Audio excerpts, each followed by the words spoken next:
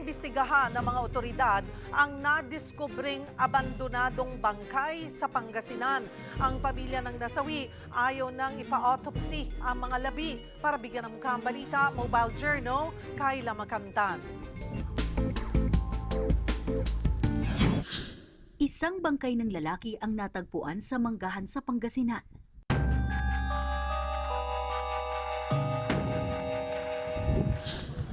Nakahandusay at wala ng buhay ng datnan ng mga otoridad ang isang abandonadong bangkay sa ilalim ng puno sa Barangay Papaggiyan noong Miyerkules. Ayon sa Benmalay Municipal Police, hindi residente sa lugar ang patay na lalaki. Hours bago namin na identify yung lifeless body doon. Wala naman po tayong nakitang traces na firearm-related incident ito. At the same time, wala po kami nakitang lacerations. Yun po yung initial investigation doon.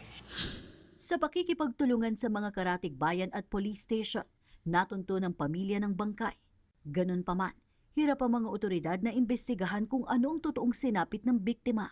We try our best na magkaroon sana ng autopsy. However, pagpunta po dito ng parents, they opted to sign the waiver or di pagpahayag sa pagsasagawa ng autopsy. They also submit affidavit of disinterest. They don't want any continuation of the investigation. Magkakaroon pa rin ng internal investigation ng mga polis para malaman kung paano napunta doon ang bangkay. Nananawagan din sila sa mga may nalalaman o maaaring testigo para mapabilis ang kanilang investigasyon. Mga kapatid, Mobile Journal, Kayla Makantan, hatid ang mukha ng balita.